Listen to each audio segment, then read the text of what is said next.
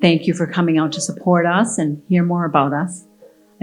I do want to take this moment to acknowledge, to do a land acknowledgement of the original inhabitants of the land of East Palo Alto, the Costanoa and Ohlone people. They've lived here for thousands of years, holding interdependence with the land, and they've been lovely role models for all of us. So I just want to take time to honor that.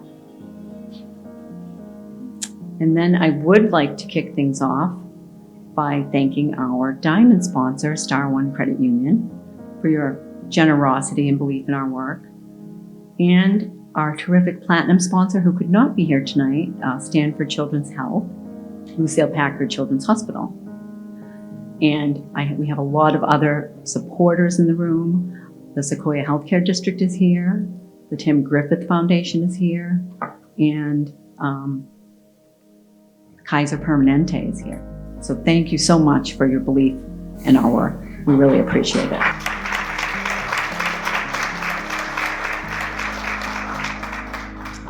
And I have a special note of gratitude for our staff and board who planned tonight's event.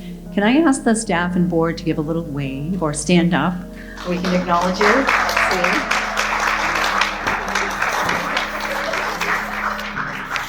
These are really some of the most dedicated people you'll ever meet, and I'm really honored to call them colleagues. At Acknowledge Alliance, our mission is to promote lifelong resilience in children and youth and strengthen the caring capacity of the adults who influence young lives. And this September, we will celebrate, can't believe this, 30 years of serving the community. So,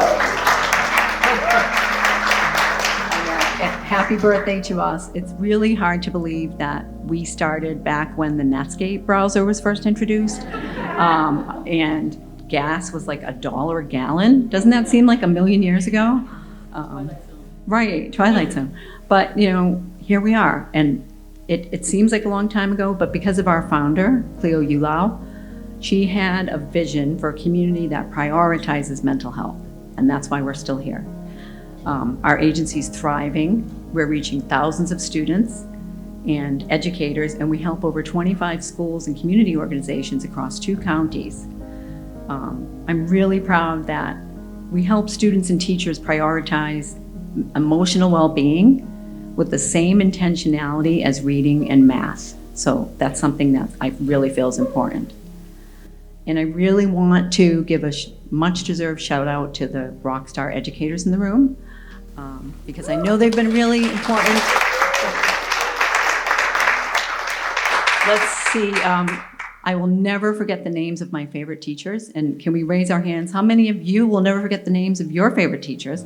Say, look at this. This is a real show of community.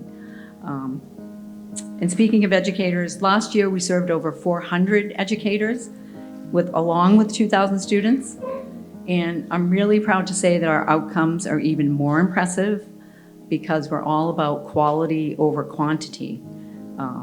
100% of the youth we served stayed in school and graduated. And 92% of teachers we worked with used strategies to promote their own personal and professional resilience. And across our nation, over 20% of students experience a mental health condition. But the majority of them, like over 70%, are unable to access services. But in contrast, the youth in our program engaged in over 7,000 hours of counseling last year. And that's a 5% increase over the year before. And our therapists spent more time supporting each student this year. And the benefits from this are really clear. Students report significant decreases in depression, anxiety, and trauma-specific symptoms. And educators we work with really value the ongoing support we offer because they were challenged to make up for learning loss and deal with chronic absenteeism, all while tackling continued exhaustion and burnout. And that's a lot of data and numbers for you, but what really kind of gets me up in the morning is I really like to have a mission moment. I like to read through the quotes of the teachers and students that we serve. And this quote, I'll only share one because I have a lot I like. It really brings our work to life. One of the teachers we worked with this year said, My student was completely despondent for 2 grading periods, and nothing I did could help him. But since he's been having counseling, his grade went from 35% up to a B+. He's having thoughtful conversations with other students and smiles during class. I'm so happy you've helped him find his way. So that really spoke to me of all the quotes, and I hope it speaks to you too. And tonight, I'm really glad that you'll see our new format. We're trying something a little different. We don't have a dinner, we have kind of a conference format. And you'll hear our inspiring keynote speaker, Mary Kloner, the CEO of Project Safety Net. She's going to talk about the critical role mental health plays in the resilience of young people. And you'll also hear reflections from our staff, the incomparable mental health staff of our collaborative counseling program. And you'll meet the outstanding educators that we're honoring tonight. They'll be introduced by our remarkable resilience consultation program staff. And you'll be here, as you'll be VIPs, as we present the very first Community Hero Award and Outstanding Board Service Award. So you're the first to see those awards. You can count yourself pretty special. In closing, before we go on with the rest of the program, I do want to say that we could not do this work without you. We could not do this work without our community. You help us provide a local means of addressing a nationwide behavioral health crisis. And I'd really like to share one of my favorite quotes from the writer Bell Hooks about the power of community. She said, "Moving through fear and finding out what connects us, reveling in our differences, this is the process that brings us closer, that gives us a world of shared community, of meaningful connections." So thank you so much for transforming lives with us, one classroom at a time.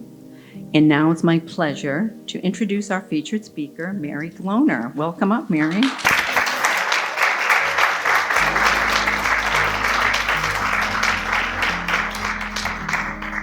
Well, I want to commend the staff, the team, the board for really pivoting to this environment. I feel it's very community-centered. It really helps to keep the audience more connected to your mission work and to the people who are involved. So thank you for that. Thank you for the introduction. Thank you for the honor to share remarks on behalf of Project Safety Net. And for those who are not aware of or familiar with Project Safety Net, it's a community coalition that was founded about 16 years ago, where community partners, youth, parents, power brokers, educators, Acknowledge Alliance being one of them, and I know there are others in the audience who are here, came together to really address youth suicide prevention and foster mental health. So today, on May, is, as you most know, is Mental Health Awareness Month. We like to call it Mental Health Matters Month. And then to learn that your actual anniversary is September, which is actually Suicide Prevention Awareness Month. So there's a lot of symbolism and importance in this. We are a coalition, so really our work and our existence is because of our partners in the community and really uplifting your mission. We're more in the back, really addressing youth mental health, education, policy, advocacy, and really access, and more recently, really look at the intersection of race equity and privilege and power in the work that we do, and also the trauma that many of us, people of color, people who are doing this important work that needs to be uplifted.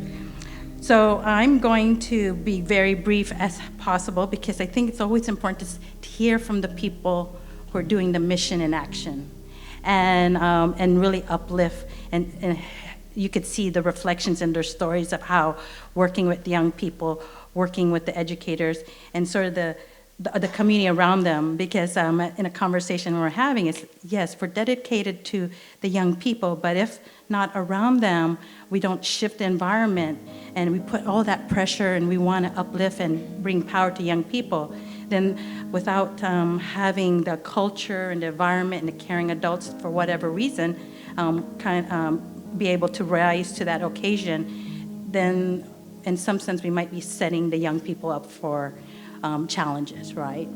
I had said it like, oh, if Acknowledge Alliance was around when many of us were young people, I think we'd be in a different place. So I can see the hope and the possibility of where our nation and society and our communities can be when it comes to normalizing mental health well-being.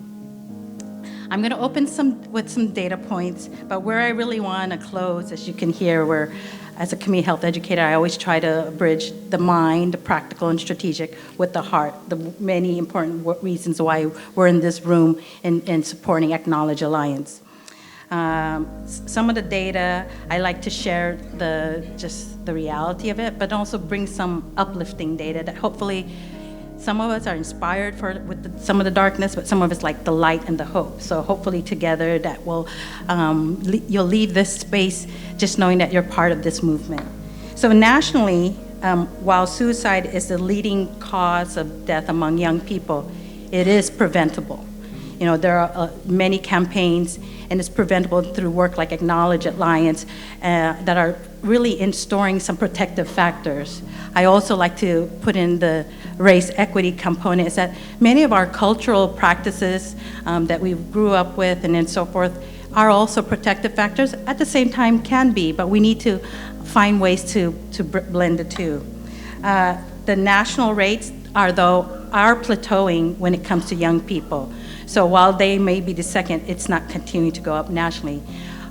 Sort of a correlation is that other populations and age groups are still going. So that is some of the hope. There's something that's happening nationally, locally, that's working so that not another young person has to die by suicide. In California, for the last 5 years, the second leading cause of death among young people aged to 10 to 25 have been young people. But because of this, and some of you hopefully are beneficiaries, have been involved and so forth, California is leading the way and really dismantling, overhauling, and addressing the mental health service system, specifically for children and youth. They have invested $4.5 billion. It's a multi-year, multi-tiered, some of you may have heard of it, it's the California Youth Behavioral Health Initiative. Okay. And then in San Mateo County, because you both serve, there were a higher number of suicide among youth prior to the COVID. But after the pandemic, the numbers have been reduced. So I think the infusion of dollars and raising awareness and normalizing how mental health is a challenge, I think also helped. But there's also a lot of power amongst young people and really engaging them in behavioral health boards and commissions, not as a performative, but to really change. And so if you work with any young people, and I'm a bit biased, I grew up, my family home is still here in East Palo Alto. In San Mateo County, they do need more voices in South County.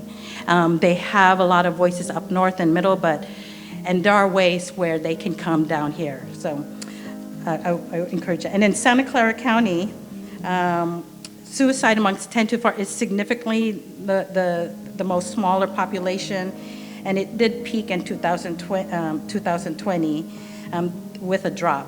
But it is actually our transitional age youth, and I know Acknowledge Alliance primarily works in elementary and high school. But once young people are out of high school, what are their connections unless they're at another? So we always look at the continuum of the age spectrum. And I would say in Santa Clara County, and I believe Acknowledge Alliance was part of this, it's like 20 school districts have engaged in school-based partnerships, and with 625 staff receiving technical support and in suicide prevention and crisis. So might seem small number, but that, how that individual has a class, a grade, so how many lives they're touching. So I really want to underscore the importance of addressing youth suicide prevention and really amplifying the work and the mission that Acknowledge Alliance has been doing for almost 30 years. And I was reflecting, it's like I've been part of Project Safety Net for like a quarter of that. And it's mentioned, it's working and focusing and not forgetting the community of children and students, but then all the concentric circles and the intersectionalities.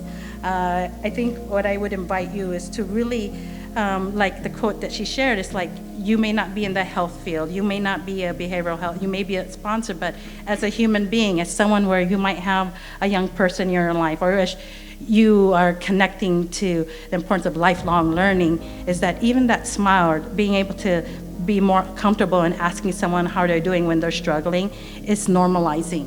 So the last and foremost, we talk about uplifting youth voice and the importance to have them at the table to speak. But the next step is to really, how do we mobilize power? And I think many of us who've done community organizing, and there's a way to, as you see, with global issues and so forth, but it can be also as something in our everyday life as mental health and well-being.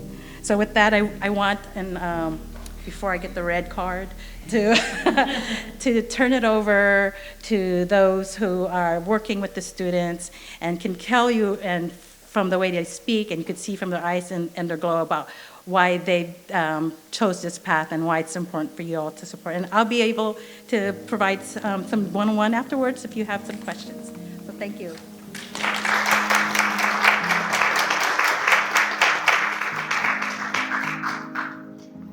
Thank you so much, Mary. And we are going to hear now from our program team. I'd like to welcome Program Director Crystal Navarro up to.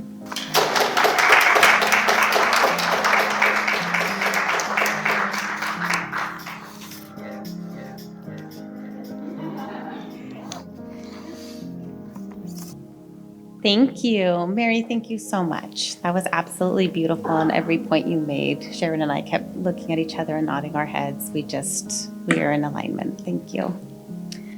Good evening to everyone here. It is so nice to have you all here. It's so nice to see all of your faces. There's so much Zoom still going on that it's really nice to be in person, and there's bodies connected to, to these faces. It's very cool. So thank you for being here.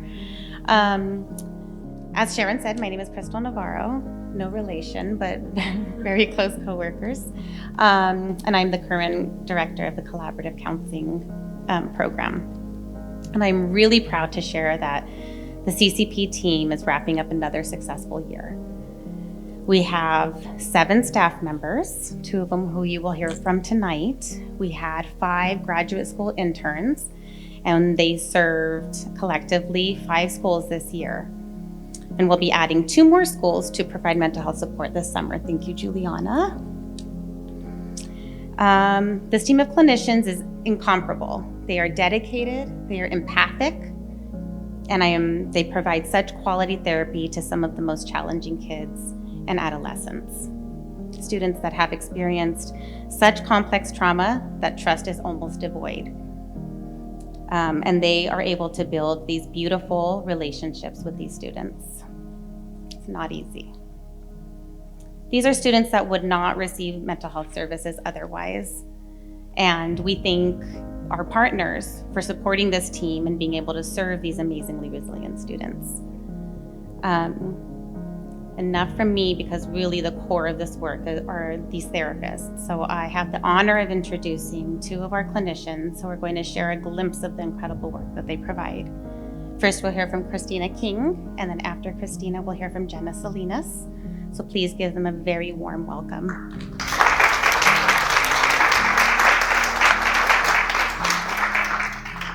Thank you, Crystal. So I'm Christina. I'm a therapist in the CCP program, and I work full-time at Cromont High School, where I see about 16 young people every week for individual therapy, and then I also help with crisis interventions and check-ins with other students in the school as needed. And I want to talk to you today about what it's like to be a therapist in the program and some of the reasons I'm really glad to be part of this program. The first thing I want to say is that I think in the CCP program, the therapeutic relationship is really at the core of the work that we're doing. And what I really appreciate about being part of this program specifically is that they really emphasize getting to build that relationship in a long-term capacity, which isn't super easy to find these days. In past places where I've worked, there will be like time-limited care where you only have a certain number of weeks to work with someone, or there will be criteria that needs to be met, and once the criteria is not met anymore, then you're discharged with that young person. And what I think is really impactful about the long-term and the relationship building stuff coming together is that we're working with young people who have experienced trauma. And young people who have experienced trauma quite wisely, might be slower to trust other people. They might have encountered people who are unpredictable or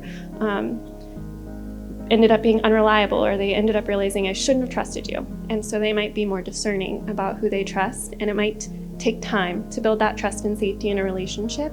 And so this year, what I've really enjoyed is that I get to build that relationship at the client's pace. And because things are long-term, that means any ninth grader I met this year, I'm gonna get to follow them through until they're seniors. And as the year has progressed, I've been working with some of these people for 9 months now. It's been really cool to see how that develops in our relationship. And I've had young people share with me things, more than one young person share with me things that they've never shared with anyone else before. They're saying things aloud that they've never said out loud before.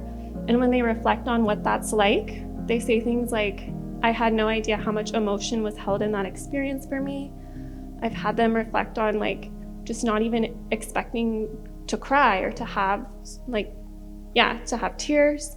And I've had people reflect on being surprised at how much relief they felt in the week after sharing something. And I'm sharing all of that with you because I think it's really kind of shows how the relationship itself is healing, and having time to build the relationship and maintain it for a while, and basically show young people that you can have these relationships that are safe and trusting and that can last a long time is really cool. And it sets the foundation for conversations like that, like I just described, to happen.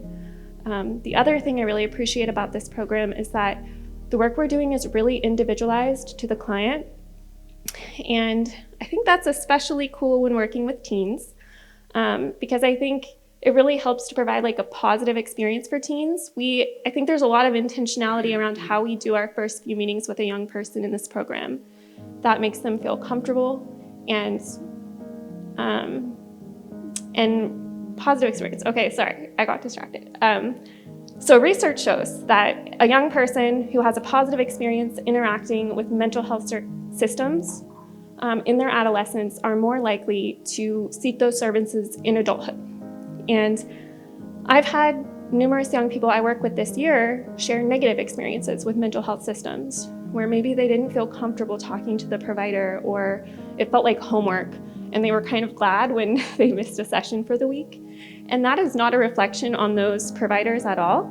I think it's just a reflection on it wasn't the right fit for those young people. But those same young people, what they're saying about the CCP program is that they do feel comfortable receiving services here, and they actually come by to reschedule in the same week if they're absent and miss an appointment. And so we are creating positive experiences, maybe first experiences in the mental health system. And I think that means that there's the healing and the powerful things happening right now in this moment for these young people, but we are also impacting how they might be thinking about approaching their own mental health for the rest of their lives, which is a future outcome we might not be able to measure, but I think about that a lot when I'm working with young people. And the last thing I wanted to talk about is more about a reason I'm really glad to work with this program, and it's about access to care. I think pretty much every young person I see weekly would not be able to access weekly therapy if it wasn't being provided for free and at school. And I think at least half of the young people I work with are receiving these services through something called minor consent. And if you're not familiar, in the state of California, young people older than 12, if they have a reason and maturity level to do so, they can consent to their own treatment. And that's a really cool right.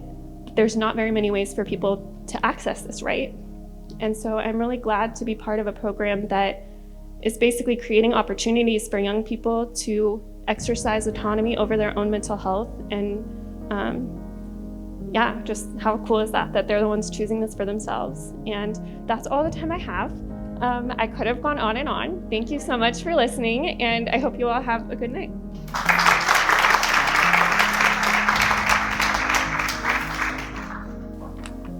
Hi everyone, my name is Jenna, and I'm going to be sharing with you all a little bit about my experience working with a specific student this year called Liam. So Liam was referred to me at the beginning of the school year for continued support following a traumatic event that took place in his life about a year before. When he was 16, he was out one night with a friend, and shortly after they separated for the evening, his friend was killed. What followed after that was a series of events that ultimately ended with Liam spending a couple of months in juvenile hall. When we met, he had been out of juvenile hall for about a year, and he was starting his senior year of high school. He was still on probation, but he was stable and he was doing really well.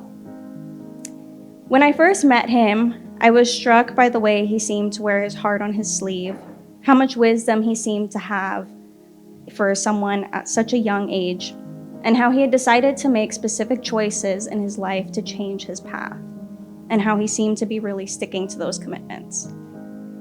I even found myself wondering if he really needed therapy. But when I offered him services, he said that he thought he would benefit from it, that he still had a lot left to learn. But he had one big concern, he said, that it felt like all of his past therapists had always had to leave all of a sudden for some reason, that they would be around for a couple months and something would happen and they would have to separate just when he was feeling comfortable with them. And so he asked me very earnestly if I would be doing that too, if I would be leaving early or if I would be able to commit to staying through the school year with him. And this was a really hard question for me to answer. Everything in me wanted to say, of course, I will be here with you through the year. But knowing what we all know, that life is unpredictable, this would be an unfair promise for me to make to him, right? And so I told him, I said, I have no intention of leaving. I want to stay through the year with you, but I can't be 100% certain. And so I said, with that in mind, would you still like to do services? And he said yes. Liam took a huge risk in doing this, and he took a chance on me. It quickly became clear that that risk was really hard for him to take. His history of being left by his dad at age 5, the rejection he has faced by family members and loved ones, coupled with his inconsistent history receiving mental health services, made it really hard for him to be authentic with me. For the first few months, Liam would come and he would share stories about his life and lessons learned, and I always looked forward to our sessions. But I had this feeling that something was missing, that there was a part of himself that he felt like he had to hide, and that he could only really share this part of himself that was reformed and changed and an inspiration to other people.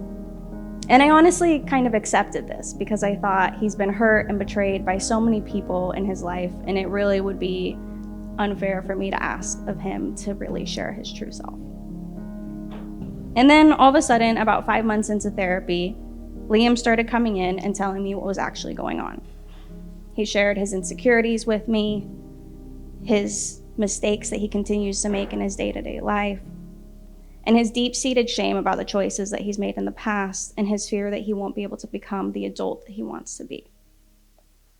In looking at all of this and sharing it with another person, Liam was able to make some amazing progress, shifting his relationship to his trauma, his past self, and his view of his future. I got to see him healing small parts of himself right in front of me, which is an amazing gift to any therapist. As I reflected on my time with Liam, I racked my brain and I pored over my notes to try to understand what it is that changed or what shifted the dynamic to the point where he was able to share a more full version of himself with me. And there are some moments I could point to that maybe made a difference. But I think what it really comes down to is the time and the space that Acknowledge Alliance provides its clinicians that we are then able to give to the students that we work with. This time and space gives way to warmth and care and patience, and that's where a relationship can really take form. And in the relationship is where we can really see healing take place. This year, Liam got off probation, he got a part-time job, he formed healthier relationships, he got A's and B's in his classes for the first time, and he made some tough choices about who he should and should not keep in his life. But beyond all of this, he took a risk to be vulnerable with another person, even though everything in his past was telling him not to. And he was rewarded for it. He found safety and healing, and I would be lying if I said I wasn't also personally touched by our time together. Liam and I said goodbye to each other yesterday, and there was a lot of sadness in that goodbye, but it also felt like there was so much to celebrate. So thank you all for being here to celebrate the work that we do with our students and our community.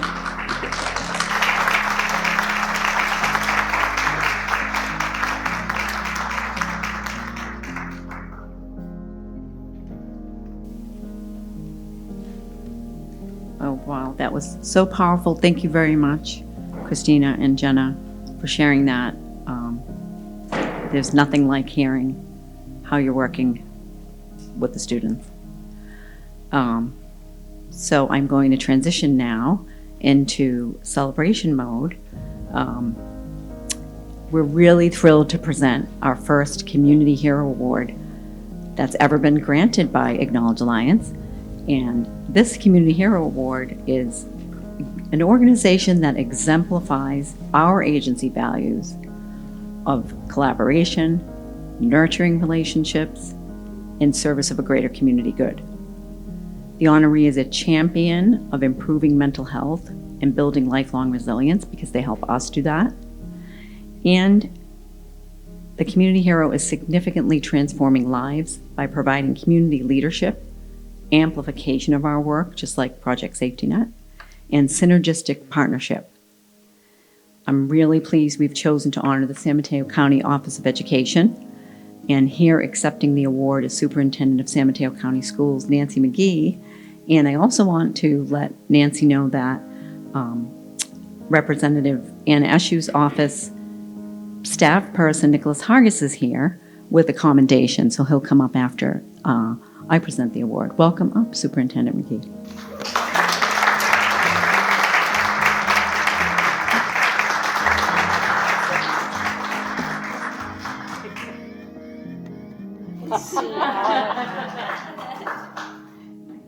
That's what community is about, right?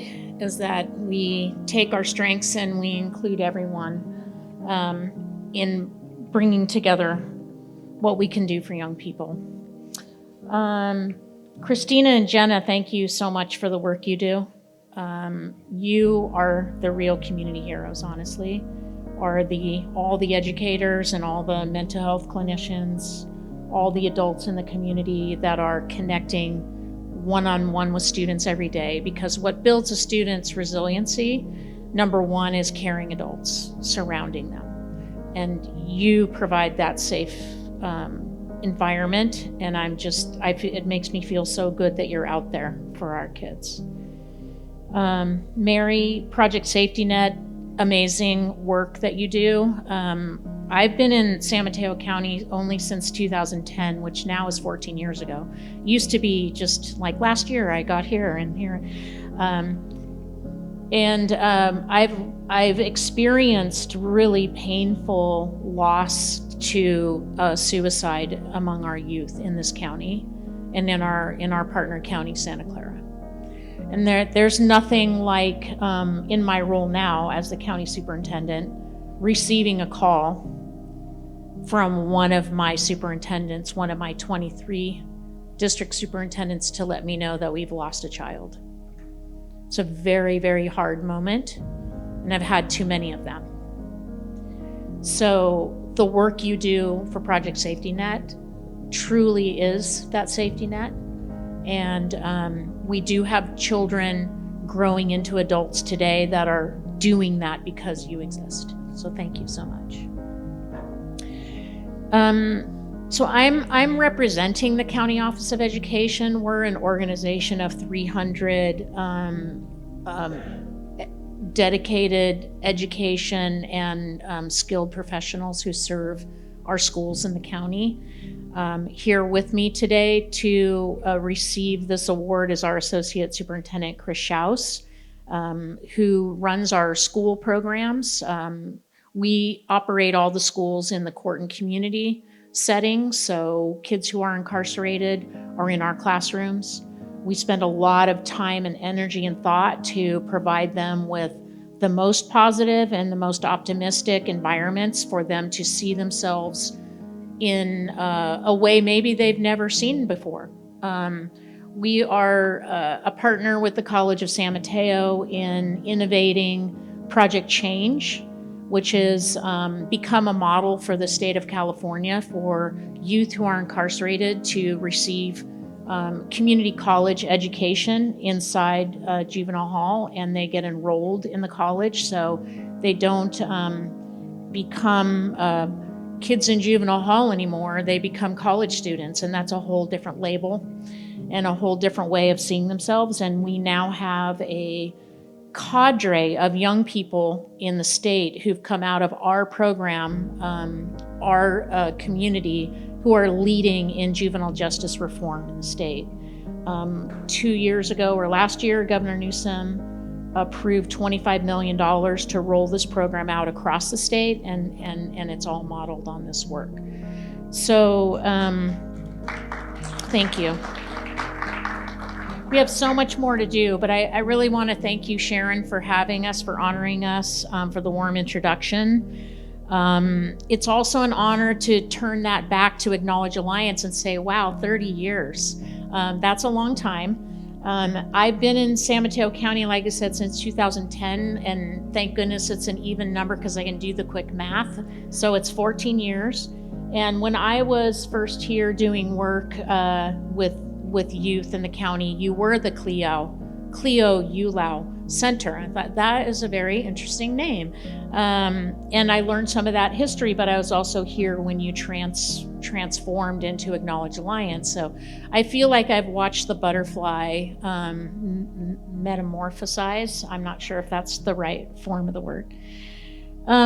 So the county office has been part of the rich history of Acknowledge Alliance, and we've had counseling interns and partnered directly with Acknowledge Alliance, providing individual and group counseling to students in our County Office of Education programs, both at Hillcrest and at Gateway. We were talking about Kemp today, which was our girls' camp, which is has no girls in it right now. And for those of you who are not familiar with the county office, we operate WASC-accredited schools in those spaces.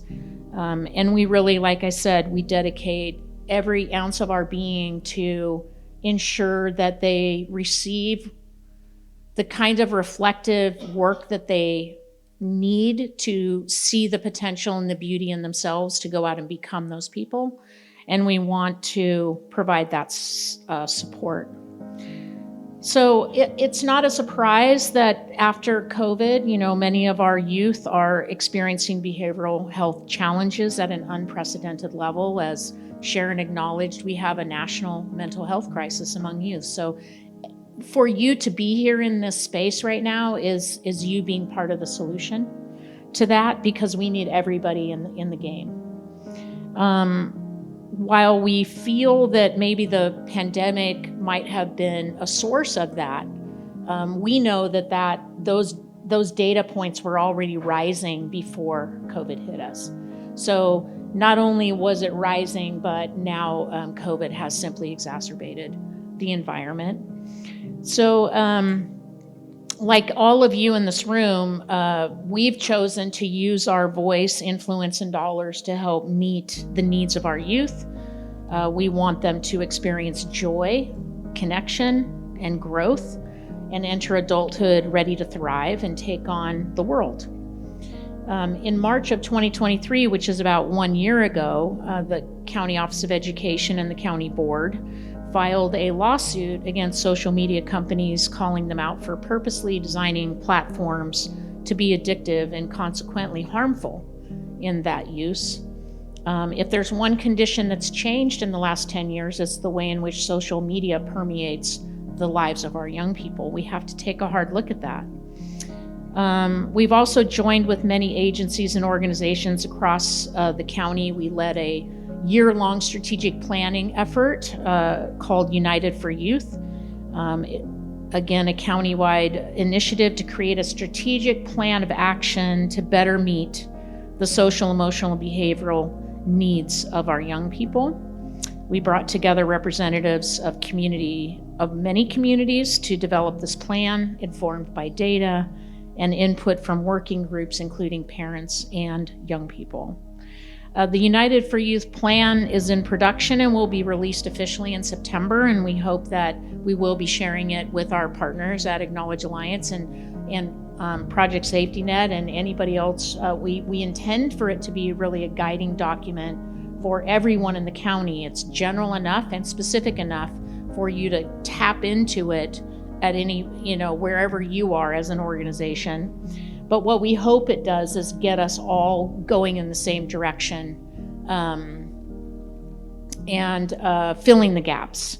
So again, deep thanks to Acknowledge Alliance for this award, the recognition, and congratulations on your 30 years for making a difference in the lives of so many young people. Thank you.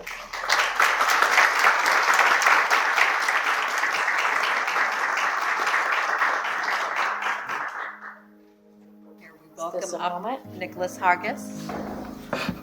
Nicholas, so good to see How are you. Let's see Congratulations. All right. On behalf of Congresswoman Eshoo, it's my honor to present this certificate to the County Office of Education. Thank you so much. This means the world. Thank you. Congress's hand is on our side. Thank you so much. Superintendent McGee, that was beautiful, and I'm really glad we had the commendation. It's now my pleasure to introduce the Vice Chair of our board, Susan Esterly, to present the Outstanding Board Service Award. Welcome up, Susan.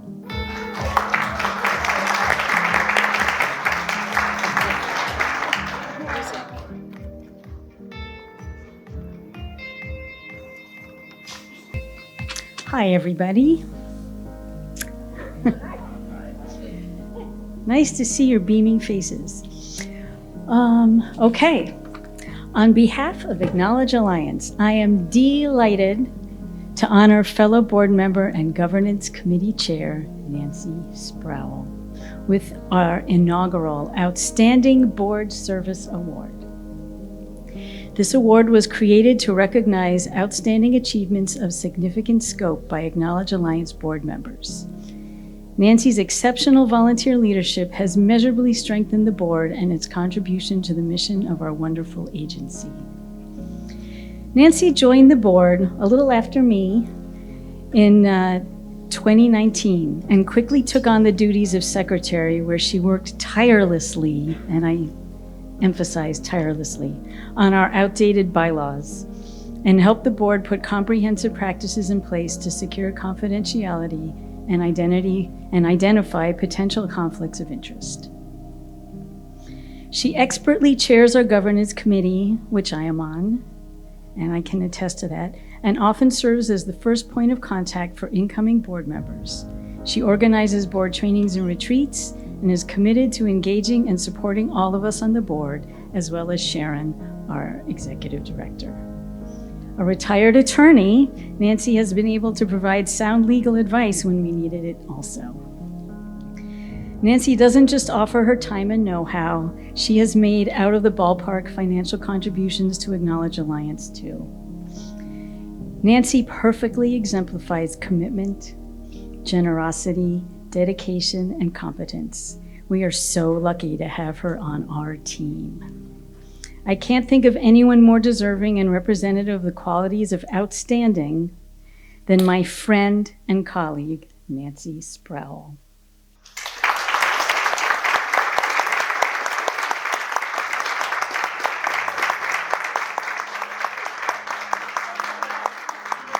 Here she is in the flesh. Here I am. Honey. Hi, dear. You are so awesome. Look at this. Wow. Wow. It's so pretty. It is beautiful. Thank you. Thank you, Susan, for your generous remarks. At the first Forget-Me-Not I attended, I was particularly moved by a speech that one of the students gave, and there are ties to what we heard tonight for the progress that students have made with the support of Acknowledge Alliance. But I was particularly moved because he shared how, but for his association and support of Acknowledge Alliance, he would have dropped out. But instead, he graduated and was headed for higher education. When I learned that he was not an exceptional case, that there were many other students who could have shared that same story, I knew I wanted to be on the board. So I came aboard just as Sharon became the executive director. Having worked on other boards, I was weary about boards micromanaging their executive director.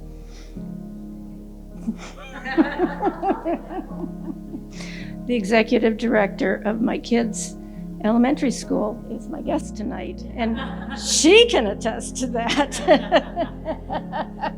To my delight, the board stays in its own lane and supports Sharon and offers itself as a thought partner to her. Another deficit the boards show is getting stale and not creating a steady infusion of new and younger members.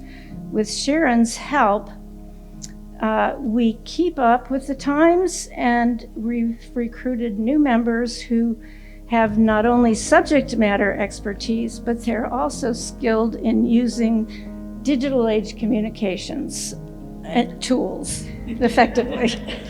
I am not one of those. Mostly, I like everyone I work with, and I like working with them.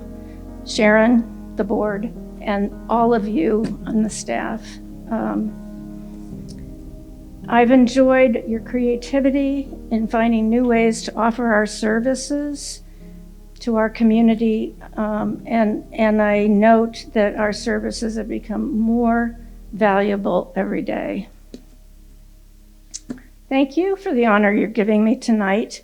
I'm grateful to have the opportunity to serve this valuable organization. And on behalf of the board, I thank all of you who are showing your support for Acknowledge Alliance by joining us tonight. Thank you.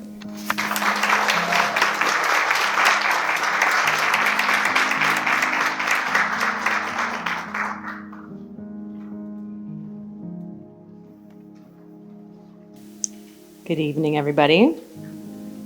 I left my paper with my speech at home, so I'm reading it from my phone. Please forgive me for any awkward moments that's going to create. Good evening. My name is Tracy Lyons. I have the honor of serving as the program director of the Resilience Consultation Program at Acknowledge Alliance. It's wonderful to be here tonight and to see so many of our partners and supporters gathered in one place. At Acknowledge Alliance, we understand that resilience, meaning the ability to recover from adversity, does not happen in a vacuum. Resilience requires the presence of caring, consistent relationships. It requires community. And for children, it means having adults available, within and outside of the home, who see your worth and believe in your ability to thrive. You'll often find us talking about our continuum of care. As you heard from our amazing collaborative counseling staff, one way we provide that resilience building support is through consistent long-term psychodynamic therapy for students who would otherwise not have access to such services. In the Resilience Consultation Program, our method for supporting resilient youth is a little different. We primarily focus on increasing the caring capacity of the adults who influence students' lives, their teachers. And just to be clear, when I say teachers, I mean all of the adults in school, no matter your title, because we know that every adult at school is influencing student well-being as well as school climate and culture. Our consultants build teacher resilience by providing a weekly on-site presence at schools and offering confidential social and emotional check-ins with school staff.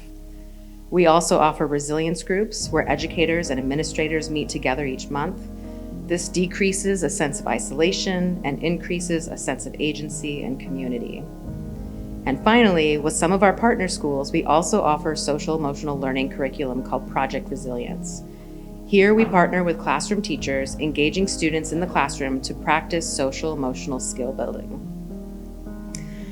Before I end my remarks, I would like to invite you for just a moment to imagine an educator who made a positive impact in your life. What was it about them? Was it their kindness, their humor, their passion for teaching and learning? Maybe they saw something in you and believed in you when you had a hard time believing in yourself. Take a moment and just say a silent thank you to them. And as you're introduced to tonight's Educator of the Year honorees, I hope you will listen for these qualities and join us in acknowledging the positive impact they each have had on countless students. Thank you.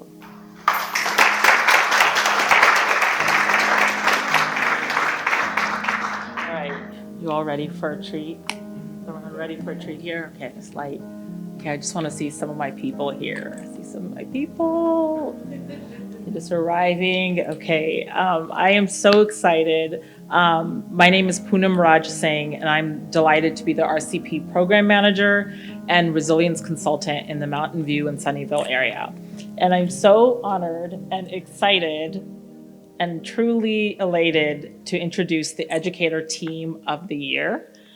4 amazing people from Vargas Elementary School in Mountain View. So,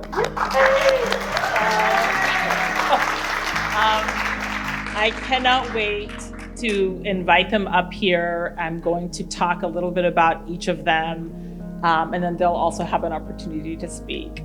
But you can see my joy because I've got the privilege of getting to know these individuals really well, and it is just my honor to talk about them. So I'm gonna speak about them, then I'm gonna invite each of them up. So our first recipient, his name is Damian Richard Valencia. And unfortunately, Damian was not able to make it today. Emergency came up, but we're gonna send him a lot of love because this is on video and it's gonna go to him. And I'll tell you something about Vargas. Vargas is a community, and Vargas shows up for each other. So we're gonna just send him love, and we're gonna talk about Damian. And what's so special about Damian, his picture popped up here at some point, he's actually from East Palo Alto, homegrown from East Palo Alto. So it's really awesome to acknowledge him in his own community. And Damian is at-risk intervention supervisor at Vargas. And so if you came onto the Vargas campus, you would see Damian crossing the campus multiple times a day, in and out of classrooms with his walkie-talkie. Anytime a teacher may need a support with what I call an extra love kiddo, Damian will be called. And you will see Damian bending down and speaking to each child eye to eye, listening deeply to every single word that is being said to him. Damian connects so deeply with children that one of his students spent all weekend drawing a detailed hand-sketched picture of him.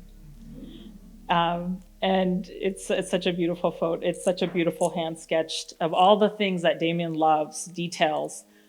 It can be easy to see a child who is yelling or not speaking at all as a behavioral problem or acting out, but Damian honors the dignity of that child every single time with patience, kindness, and compassion. So that's our first recipient. So sending love to Damian, sending him so much love. And so I would love to invite the wonderful Beatrice class, who many of us affectionately call B, up to the stage here.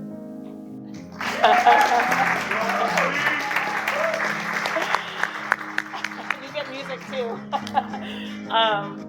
Beatrice is the school and community engagement facilitator. She's often the first face to meet the most vulnerable families who come to Vargas. This includes homeless families and refugees and recent immigrants from multiple countries around the world. You will often see Beatrice on weekends and evenings going above and beyond for the families she is serving, whether it's sleeping bags for science camp or free books for summer reading. When I ask B, who is also a proud mother of 2 adult daughters, how she finds the energy to do so much, she says, "I have so much, it's the least I can do to help." This is our wonderful B. So next, I want to introduce Vern Norris Taylor.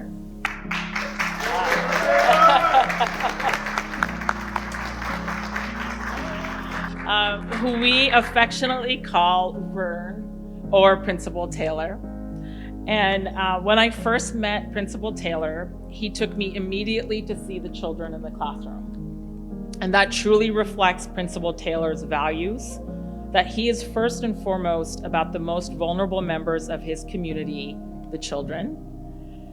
Principal Taylor can be seen every Friday dancing with his students in the central courtyard, reminding students that he is there for them and they can access him and even have fun with him. Every Friday, if you all come to Vargas, you will be seeing Principal Taylor out there with the kindergartners, fully there, dancing with all of his students, and it inspires me every single time I see it. Principal Taylor, now wait for this. Principal Taylor knows every single name of every student and family member in his community. So let me just say that again. I don't know how he does it, but he really does know every child and his family and acknowledges them when they come on campus. So now I'm just so excited to introduce to you the amazing Luis Ernesto Vivas Salinas.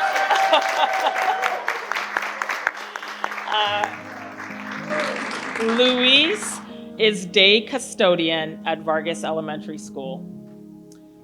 Okay, try not to. Take a moment. Woo, okay. Luis is joyful holder of the space at Vargas Elementary. Luis takes care of the space where kids learn, the space where kids eat, the space where kids play. Luis takes care of the space. One day, Luis took me to his office where he displayed all the artwork his students have given him over the years. He stood with so much pride detailing all the different artwork on his wall. It may look like a scribble to some, but to Luis, it was a masterpiece, and he went over every detail with me. One day, a student didn't want to go inside after lunch was over. Luis was called and sat with that child and didn't get mad at him or force him to go inside, but instead talked to him and gave him comfort for as long as it would take. If Luis has to open the gate for a child or put up a ladder, he always does it with a huge smile and always ready with a joke.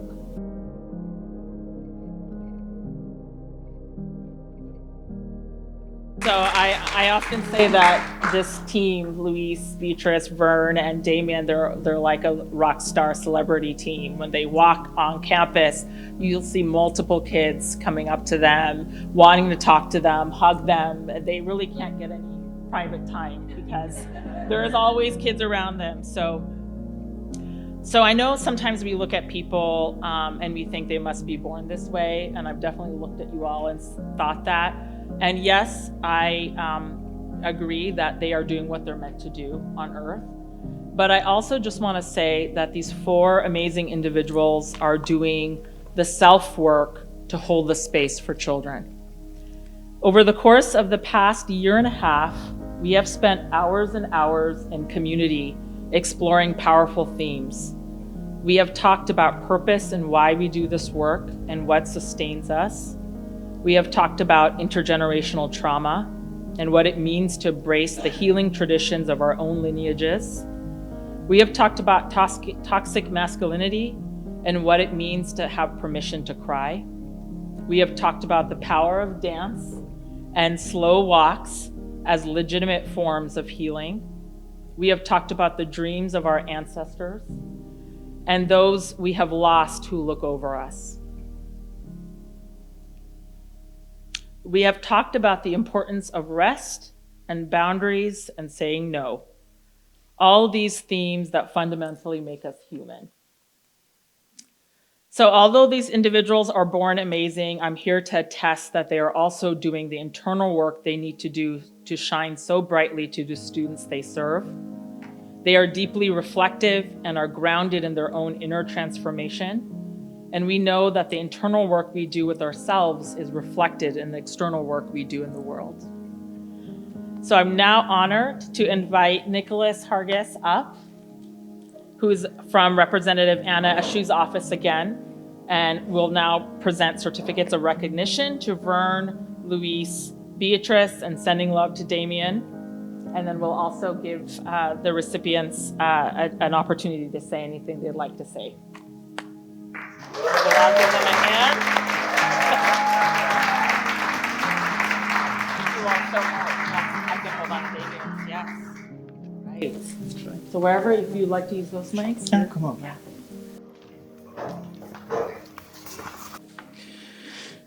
It's a great pleasure that we accept this award for the Education Team of the Year. I want to first acknowledge that while the four of us are the ones that are named in the award, it really is our entire community that has lifted us up and allowed us to shine and do the work for our students and our families. I would also like to acknowledge Alliance for the work you've been doing for Mountain View Wisman School District. That really shows us how to take care of ourselves and the adults on campus so that we can take care of our students and our families. You provide us with the space to reflect and the tools to become more attuned to our own needs so that we can help our children. Finally, I do want to express my gratitude to Luis, B, and Damien. These three do an exceptional job connecting to families and students to create a safe space and a welcoming environment for all of our students. They go the extra mile to make sure that each student has caring adults and that our students feel seen each day. Again, I want to thank you so much for the award. Our team is truly humble.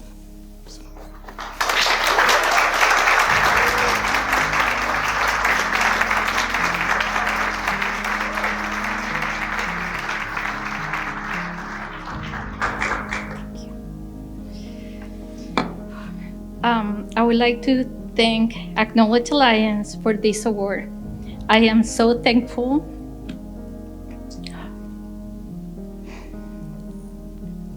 that I get to work with Vern, Luis, and Damien, who do so much for Vargas community. Supporting our students and families throughout their education at Vargas is a privilege that I am very proud of and lucky to have. Thank you again for this award, and thank you for all your support.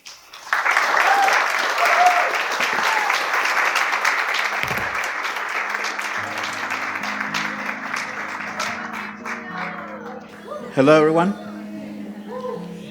Wow. Gracias. I thought I had my speech in my mind, but I think I changed it so many times. But what it comes to is, I would like to thank Acknowledge Alliance for teaching us that it's okay to cry. The way I was raised, you're a boy, you're not supposed to cry, right? But in the moment, you get it. You see everyone doing it, so it comes out natural. I'd like to say thank you to Mr. Taylor, too, for being an exceptional leader. My job, I always thought it was the easy job, just to clean. But by seeing him doing his job, by seeing Miss B doing her job, by seeing Damian doing his job, it motivates me to do my job and makes it better, right? Like Mr. Taylor says, this is a team effort, and it's not just us four, it's all the teachers included, PE teachers, kitchen lady, our dear Cherry. She's not here today. I think she would have loved to be here. Cherry Mama. That's how I call her, because she's like everybody's mom. She feeds everyone, right? Kitchen lady. Also, I'd like to thank you, my family. Gracias por estar aquí. Mis papás, Ernesto y Misael. Mi otra mamá, Ernestina. Mi otra mamá está en el cielo también. She's in heaven, so she's looking above us. my son Sebastian. Yes. My sister Alondra and her family, Kendall. Cesar is not here. I think he's outside with Caleb. But I'd like to thank you all for being here this night. And I'd like to thank you all for doing this beautiful job with our kids, which is the future of our generation. Thank you so much. Have a good night.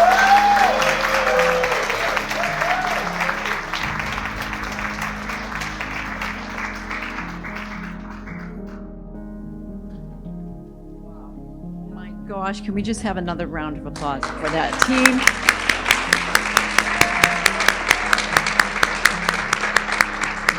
You have all of us crying, so you're in good company. And thank you so much for coming out and spending time with us.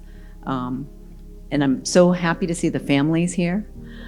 I do want to now bring up our board chair, hard act to follow, Ms. Lowell Boyd. Please welcome up.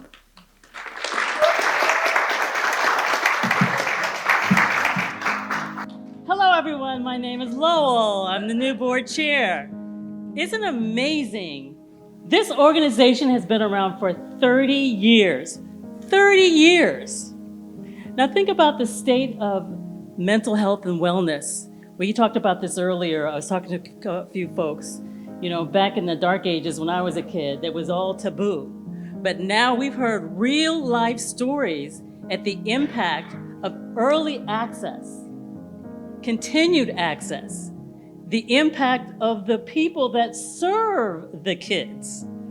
We've even honored board members, you know, everyone has a part in this. So you're saying, well, you know, okay, what does my dollar go? You've seen real life stories of where your dollar goes. Make sure you visit the back. You can see the supplies, where your dollar goes and how it helps the organization. See what happens over the past 30 years? What's gonna happen to the next 30 years? You can make an impact. How? Fill out one of these, you know. Some of us are digitally or not digitally challenged. We got QR codes. Those aren't, you know what? Cards. Look, you know, I'm joking around here, but really, you have seen the impact. You've heard the stories. These aren't just stories, there are people behind this. It doesn't matter whether you're the teacher, you're the principal, you're the custodian, you're the board member, you're the crazy board chair. Look, you can make a difference. That's it. Sharon?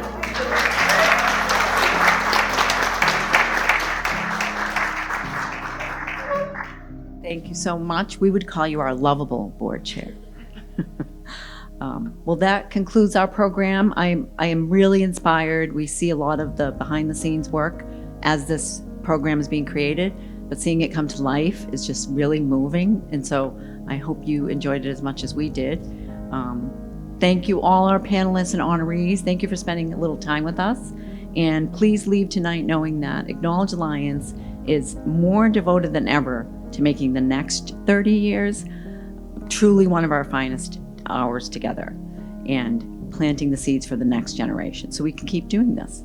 So thank you very much for coming out. I do want to tell you to please take a special anniversary cookie on your way out. It would not be an anniversary celebration without a sweet. And have a beautiful evening and enjoy. Thanks so much.